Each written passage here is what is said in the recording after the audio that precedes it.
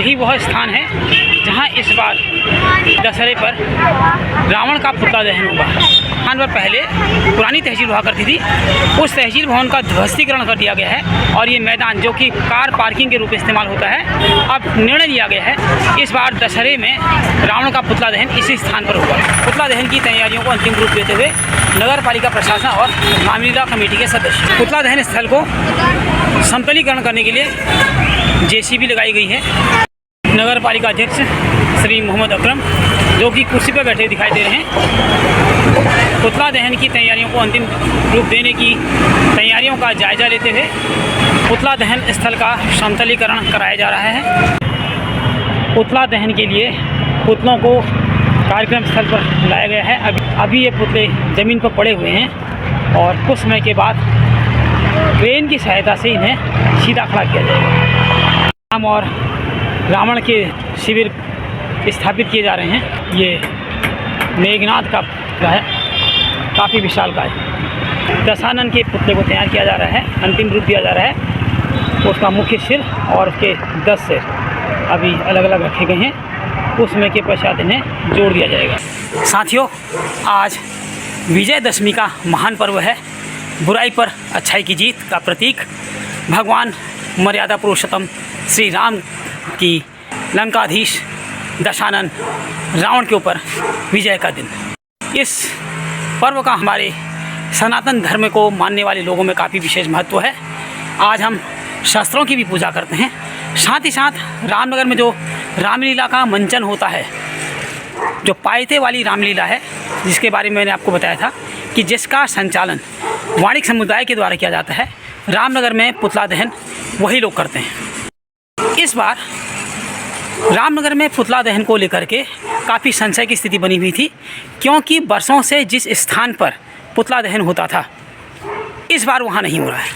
जी हाँ, रामनगर का प्रसिद्ध inter college MP inter college का विशाल मैदान, जो कि रावण के पुतले दहन का प्रतीक होता था, एक पर्याय बन गया था वो स्थल, वहाँ पर इस बार नहीं होगा। वजह कुछ अदालती फैसले, हाई कोर्ट के एक आदेश के तहत MP इंटर कॉलेज के ग्राउंड को केवल खेल गतिविधियों तक सीमित कर दिया गया है।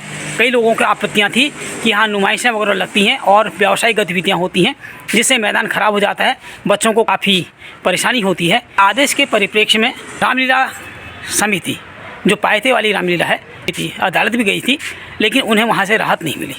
तो संशय था कि इस बार पुतला दहन होगा नहीं होगा, होगा तो कहाँ होगा, क्योंकि उससे पहले पैंट पड़ाव में जहाँ पुतला दहन होता था, वो जगह काफ़ी छोटी और काफ़ी सांकरी हो गई थी, जिसमें हज़ारों की संख्या में जो भीड़ आती थी, उसे काफ़ी असुविधाएं होती थी, खासकर माताओं और बहनों को।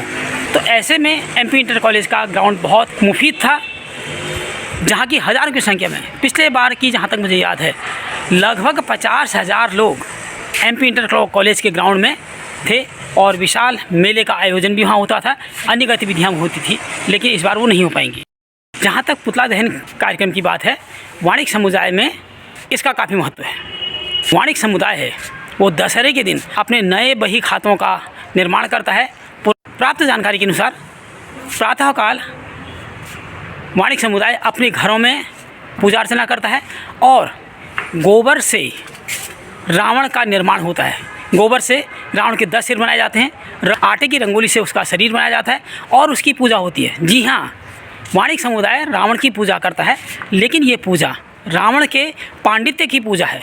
उसके पश्चात शस्त्रों की पूजा होती है और अपने नए बही खातों की पूजा की जाती है। शाम के समय वाणिक समुदाय के लोग सबसे पहले घर में, फिर रामा मंदिर में, उसके बाद गर्वेश्वर मंदिर में और तत्पश्चात जहाँ पुतला दहन होता था वहाँ सबसे पहले वहाँ जाकर स्थल है उसकी पूजा की जाती है।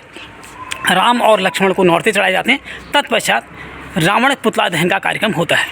ये जो जानकारी मैं आप लोगों को दे रहा हूँ, ये मेरे लिए भी काफ़ी नहीं है और मेरे इस ब्लॉग को देखने वाले कई ऐसे व्यूअर होंगे, ऐसे दर्शक होंगे जिनको शायद इस बारे में जानकारी नहीं होगी।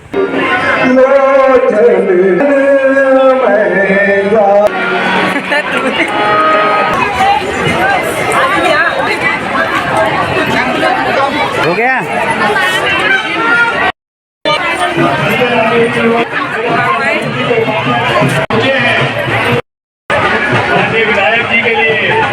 अनुरोध करूंगा का विधान करें। पुलिस क्षेत्राधिकारी महोदय निरंतर व्यवस्थाओं में